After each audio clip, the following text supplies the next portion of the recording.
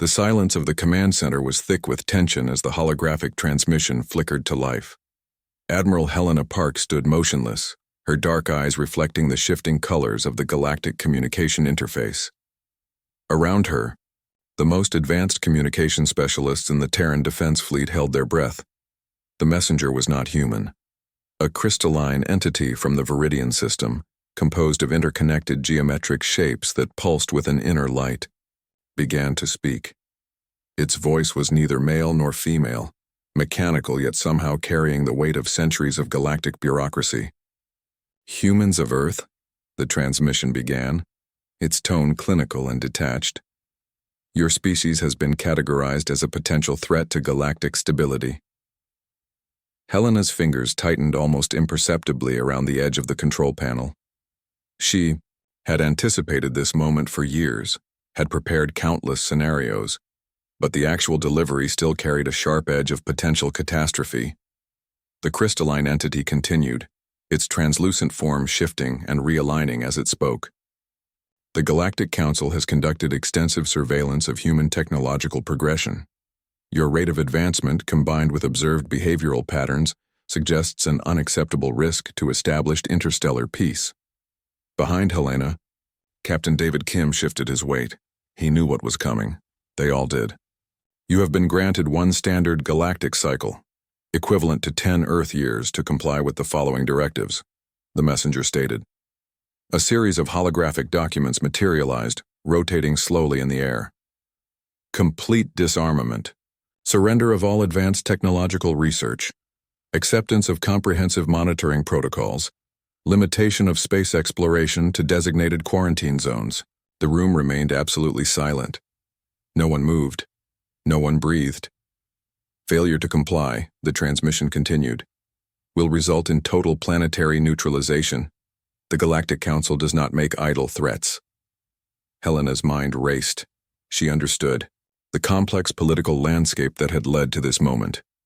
Humanity's rapid technological growth, its unpredictable nature, its tendency towards rapid and sometimes destructive innovation.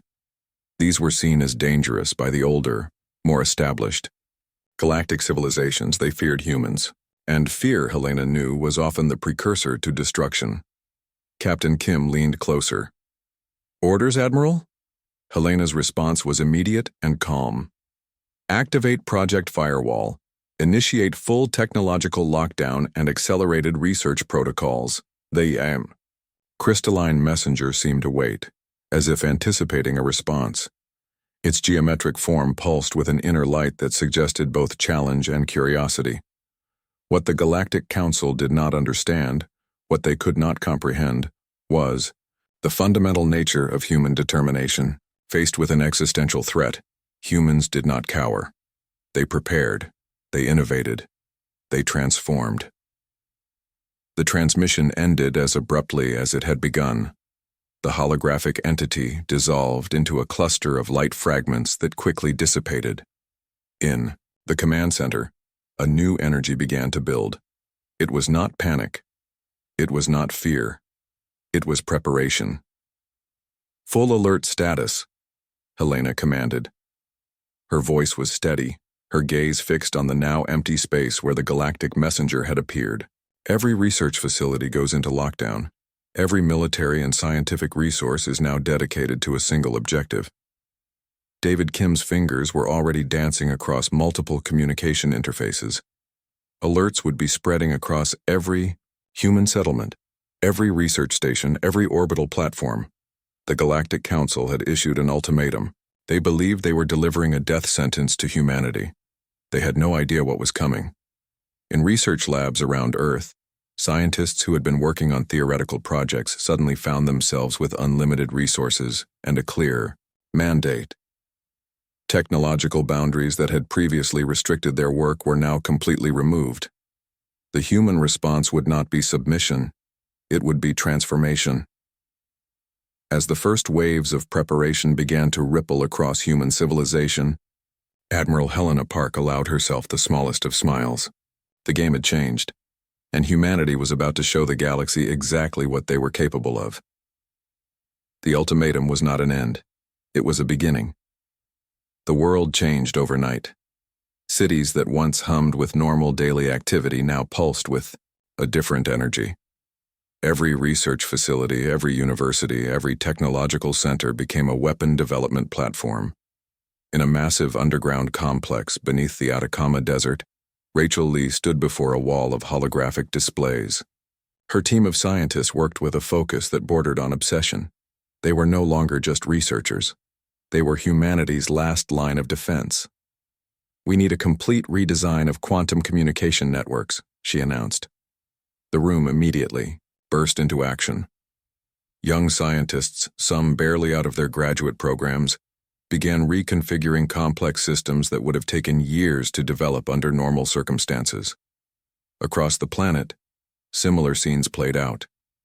In Tokyo, a group of engineers worked on adaptive shield technologies that could change molecular structure in milliseconds. In New Delhi, computer scientists developed AI systems capable of processing combat scenarios faster than any known intelligence in the galaxy. Captain David Kim stood in the Strategic Operations Center, watching multiple global communication channels. The Galactic Council's ultimatum had done something unexpected. It had united humanity in a way nothing else ever had. Military budgets were instantly redirected. Economic priorities shifted. Every resource, every brain, every piece of technology was now focused on a single goal: survival. In orbital research stations, engineers worked on revolutionary propulsion systems. They were creating something that would make current interstellar travel look like primitive transportation. Theories that had been considered impossible were now being tested, refined, and implemented at breakneck speed. Rachel's team in the Atacama complex made a breakthrough by day 3. They discovered a method to create adaptive communication networks that could not be intercepted or decoded by any known technology. It wasn't just a defensive mechanism. It was a complete reimagining of communication itself. "We're not just protecting ourselves," Rachel told her team. "We're creating something entirely new." David Kim understood the bigger picture. The Galactic Council had seen humanity as a threat. Now, they were about to understand what a real threat looked like. Universities suspended normal operations. Students, who were studying theoretical physics, advanced mathematics, and quantum mechanics, were immediately recruited into special research programs. Age didn't matter. Potential was the only qualification. In military training facilities, a new kind of soldier was being prepared, not just physically trained, but technologically enhanced. Training simulations pushed human cognitive and physical limits. They were creating warriors who could think faster, adapt quicker, and respond more effectively than any previous military force. Global communication networks were transformed. What used to take months of international negotiations now happened in hours. Countries that had been historical rivals now shared research, technology, and resources with unprecedented speed. The underground complex in the Atacama Desert became the heart of humanity's resistance. Rachel Lee worked almost continuously, taking short rest periods that were more like tactical naps than actual sleep. Her team was developing technologies that would redefine what was possible. Satellite networks were reconfigured. Communication systems were made redundant and virtually unhackable. Every potential weakness was identified and immediately fortified. David Kim's strategic teams developed scenarios that went far beyond traditional military thinking. They weren't just preparing for a potential conflict. They were designing a comprehensive response that could adapt to any possible galactic threat. The world had changed. Humanity was no longer just defending itself. It was preparing to show the galaxy exactly what it was capable of achieving. In research labs, military bases, and communication centers around the world, a new understanding was taking shape. The Galactic Council's ultimatum was not a threat. It was an opportunity. Rachel looked up from her work, catching a glimpse of the world outside the complex. The desert stretched endlessly, a reminder of humanity's ability to survive in the most challenging environments. They would do more than survive. They would transform. The defiance was not just a military strategy. It was a statement. Humanity would not be controlled. They would not be limited. They would write their own destiny among the stars. and the galaxy was about to learn a very important lesson. The Galactic Council's invasion fleet approached Earth with cold calculation. Thousands of ships, each representing technologies developed over millennia, moved in perfect geometric formations. They expected submission. They expected an easy victory. They were wrong. Admiral Helena Park stood on the bridge of the TSS Defiance, her hands steady on the command interface. Around her, a team of young officers moved with a precision that bordered on machine-like efficiency. Incoming. Wave. A young tactical officer called out. His voice was calm, almost casual. The alien fleet's first wave of attacks seemed unstoppable. Energy weapons that could slice through standard planetary defenses fired in perfect synchronization. But the human response was something no one had anticipated. Adaptive AI combat systems, developed in the secret labs of the Atacama complex, began their work. Each human vessel became a living, thinking entity. They didn't just defend. They predicted. They learned. They adapted. The first alien strike met a defense system that changed molecular structure faster than the attackers could comprehend. Weapon signatures were analyzed and countered in milliseconds. What should have been a devastating assault became nothing more than a light show against Earth's defensive screens. Target acquired, another officer called out. But this was not a standard military response. These were precision strikes designed to disable, not destroy. Humanity was fighting with a strategy that went beyond traditional warfare. Alien ships began to fall, not destroyed, but systematically neutralized. Their advanced technologies were being decoded, analyzed, and turned against them in real time. Each defeated vessel became a learning opportunity for human defenders. Captain David Kim watched from a secondary command center. This was more than a battle. It was a demonstration of human potential. The Galactic Council's most advanced warships found themselves outmaneuvered by something they couldn't understand. Human ships moved with an unpredictability that defied standard combat algorithms. They worked as a collective, each vessel communicating and adapting faster than any known technological system. 47 minutes into the conflict, the alien invasion fleet was no longer a threat. It was a collection of disabled vessels, floating helplessly in Earth's orbital space. Communication channel open, an officer announced. Helena Park stepped forward. The holographic display showed the shocked faces of the Galactic Council's military commanders. They looked like beings who had just discovered their most fundamental understanding of warfare was completely wrong. This is not a declaration of war. Helena's voice was calm, almost diplomatic. This is a demonstration of what happens when you underestimate humanity. The battlefield was a testament to human innovation. Where alien technology saw rigid systems, human defenders saw opportunity. Where standard combat protocols suggested destruction, the human response was calculated precision. In those 47 minutes, everything changed. The Galactic Council had come expecting to neutralize a potential threat. Instead, they had awakened something far more dangerous. A species that did not just adapt but transformed entire paradigms of conflict. Disabled alien ships began to be carefully collected, not as trophies, but as resources. Each piece of technology would be studied, understood, and potentially integrated into human systems. David Kim allowed himself a small smile. The first contact was complete, and humanity had sent a message that would echo through galactic civilizations for generations. "We are not your enemy," the battle said. "We are something you have never encountered before." As the last alien vessel was neutralized, Admiral Helena Park looked out at the orbital space. The stars seemed to shimmer with a new possibility, a possibility that humanity would define the next chapter of galactic exploration. The Galactic Council had issued an ultimatum. Humanity had responded with something far more powerful than words. They had responded with potential. Admiral Helena Park's strategy was deceptively simple. Don't just defend, completely restructure the galactic power dynamics. The first phase involved analyzing every piece of technology captured during the initial conflict. Research facilities around Earth worked with unprecedented speed. What would have taken decades now happened in weeks. Alien systems were dismantled, understood and then dramatically improved upon. Human scientists didn't just copy alien technology, they reimagined it. Captain David Kim coordinated the initial strategic movements. Terran vessels, now equipped with reverse-engineered alien technologies, moved with a precision that terrified galactic observers.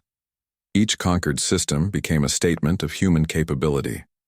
The first target was a remote star system controlled by the Viridian Collective, one of the primary members of the Galactic Council. Traditional military doctrine would suggest a massive assault. The human approach was different. Small, highly adaptive teams infiltrated critical communication networks. They didn't destroy infrastructure, they transformed it. Entire planetary defense systems were quietly reprogrammed. Communication channels were intercepted and redirected. Within 72 hours, the Viridian Collective found their most secure systems compromised. Not destroyed, but fundamentally altered. Their own technologies were now working against them.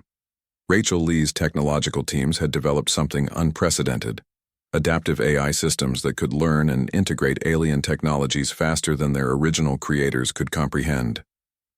Each conquered system added to their knowledge base. The counteroffensive wasn't just a military operation, it was a complete reimagining of galactic conflict. Diplomatic channels became another battleground. Michael Hahn, the lead diplomatic strategist, began approaching defeated civilizations with an unexpected offer. Instead of subjugation, he proposed integration, collaborative development, shared technological advancement. Some alien civilizations long oppressed by the Galactic Council's rigid structures began to listen. Terran vessels moved through star systems with a calculated grace. They weren't conquering in the traditional sense. They were transforming. Planetary defense systems were upgraded. Communication networks were improved.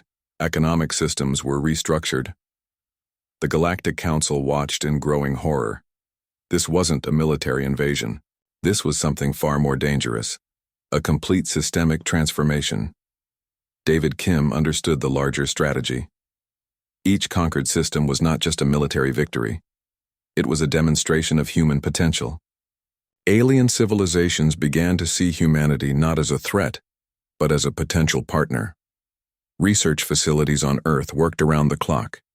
Captured alien technologies were studied, improved, and then distributed to the newly integrated systems.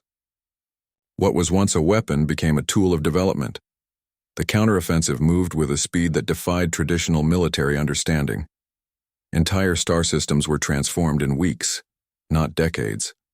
Infrastructure that had been stagnant for centuries suddenly found new life under human guidance. Admiral Helena Park watched the strategic maps. Each blue indicator represented more than a conquered system. It represented potential, growth, a new way of understanding galactic civilization. Michael Hahn's diplomatic teams were equally important. They weren't just negotiating. They were rebuilding entire social and economic structures. Civilizations that had been marginalized found themselves with unprecedented opportunities.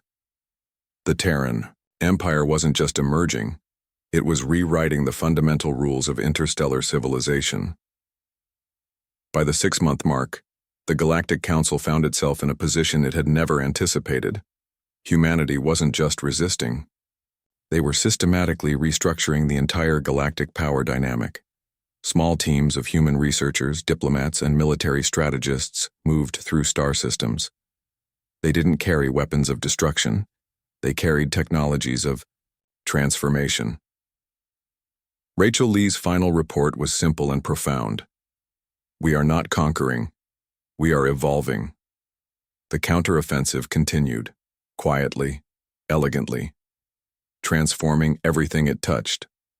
And the galaxy watched, uncertain whether it was witnessing an invasion or the birth of something entirely new. Michael Hahn stood on the observation deck of the diplomatic vessel, watching a newly integrated star system come into view. Planets that had been isolated for centuries now buzzed with collaborative energy. Alien civilizations that once feared each other now worked together, guided by human diplomatic strategies. Admiral Helena Park had always understood that true power wasn't about destruction. It was about potential. The Galactic Council, once a rigid bureaucratic structure, found itself completely dismantled, not through military force but through a systematic approach that exposed its fundamental weaknesses. Humanity didn't destroy the existing system. They simply showed a better way of doing things. Research centers that were once isolated now shared information freely. Technological development became a collaborative process. Species that had been enemies for millennia discovered they could solve problems together more effectively than they ever could apart. Rachel Lee's technological teams continued their work. Each breakthrough wasn't just a scientific achievement. It was a bridge between civilizations. Quantum communication networks connected worlds that had never spoken to each other before. Captain David Kim oversaw the strategic integration. Military resources were gradually transformed into development and exploration teams. The focus shifted from protection to expansion, from defense to discovery. The first truly integrated galactic conference was a remarkable event. Representatives from over 200 different species gathered on a neutral space station. Human diplomats didn't lead, they facilitated. They created spaces where different civilizations could communicate, understand, and collaborate. Technological exchanges became the new currency of power. A small research team from a previously unknown planet could now contribute to galaxy-wide developments. The old hierarchies crumbled, replaced by a more dynamic, interconnected system. Planetary development programs emerged. Worlds that had been struggling found themselves with unprecedented resources and support. Ecological restoration became a priority. Technologies that could heal planetary ecosystems were shared freely. Michael Hahn watched as former enemies signed collaborative research agreements. What was once unthinkable was now becoming normal. Species that had fought for centuries were now working on joint scientific projects. The transformation wasn't just external. It was happening within each civilization. The rigid thinking that had dominated galactic politics for millennia was being replaced by something more fluid, more adaptive. Human technologies became a catalyst, but they were not imposed. They were offered, shared, developed collaboratively. Rachel Lee's final breakthrough came unexpectedly. A communication network that could translate not just languages, but cultural contexts. For the first time, different species could truly understand each other's perspectives. The Terran approach was fundamentally different from previous galactic powers. They didn't seek to control. They sought to enable, to open possibilities. David Kim's strategic teams continued to work, but their focus had changed. They were now more like facilitators than military commanders. Each new connection was a potential solution to long-standing galactic challenges. Entire economic systems were reimagined. Resources that were once hoarded were now shared. Technological developments that would have taken centuries now happened. In months, Admiral Helena Park rarely made public appearances, but her influence was everywhere. The strategy she had initiated was now a living, breathing system of galactic cooperation. The final transformation was subtle, but profound. It wasn't about human dominance. It was about human potential, the ability to see beyond existing limitations, to imagine different ways of existing. Michael Hahn watched a group of scientists from 5 different species working on a complex research project. They laughed together. They shared ideas. They saw each other as colleagues, not aliens. This was the true victory, not a military conquest, but a fundamental reimagining of what was possible. The galaxy would never be the same, and humanity had shown the way.